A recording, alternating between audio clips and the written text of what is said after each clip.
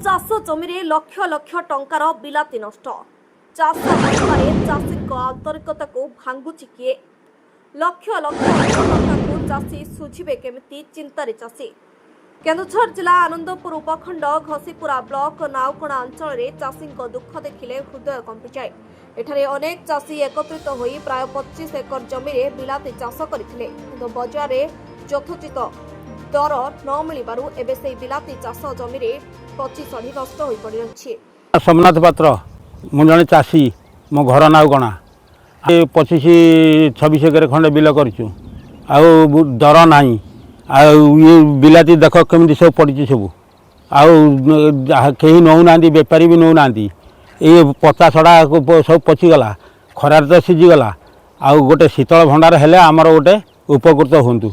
बिलाती देखो केमी नष्ट होती आम लक्ष लक्ष टଙ୍କା देकी खर्च कलु एठी बिलरे पैसा मूलधन पाइनी जो कतु आपण पाखर आणनु कि लोन करके आणनु तांका पैसा सुझिमु कोठू बर्तमान सीना आम खाली आत्महत्या करके मरिया बेची आउ किछि नहीं काम आउ एटी गोटे शीतल भंडार जदि होता ये बिलाती पड़ता ना ये बिलाती तोड़ी नहीं आम रखी दिंतु।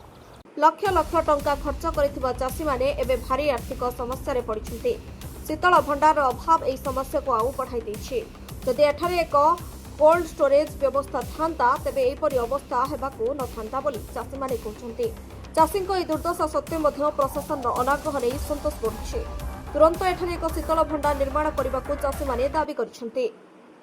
आपण शुणुले जने चाषीर हृदयर कथा तो दर्शक बंधु चिंता करंतु जने चाषी कहीं चाष करिथाय निज परिवार प्रतिपोषण करिया पई एवं ता भविष्यत उज्जवल करिया पई एवं छुआ पिलांकु पाठ पढ़ी भल मनीष करिया पई एतिकी गोटे चाषीटीए चाहिए किंतु दैव साजुची दाऊ 25 एकर जमी से चाष करथिले बिलाती चाष किंतु आज से चाष जमी रे पड़ी रही बिलाती ना बेपारी आसुचंती ना ए बिलाती से तोली पारुचंती मागणा देले भी बिलाती को कई मध्य ग्रहण करूना से बड़ी परिस्थिति उपजी।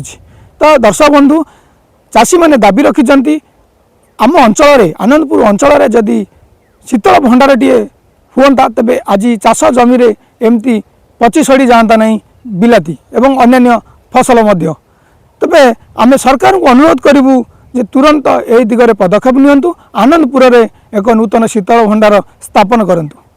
आनंदपुर गणेश्वर सांग रिपोर्ट ओडिशा न्यूज सत्यपथ।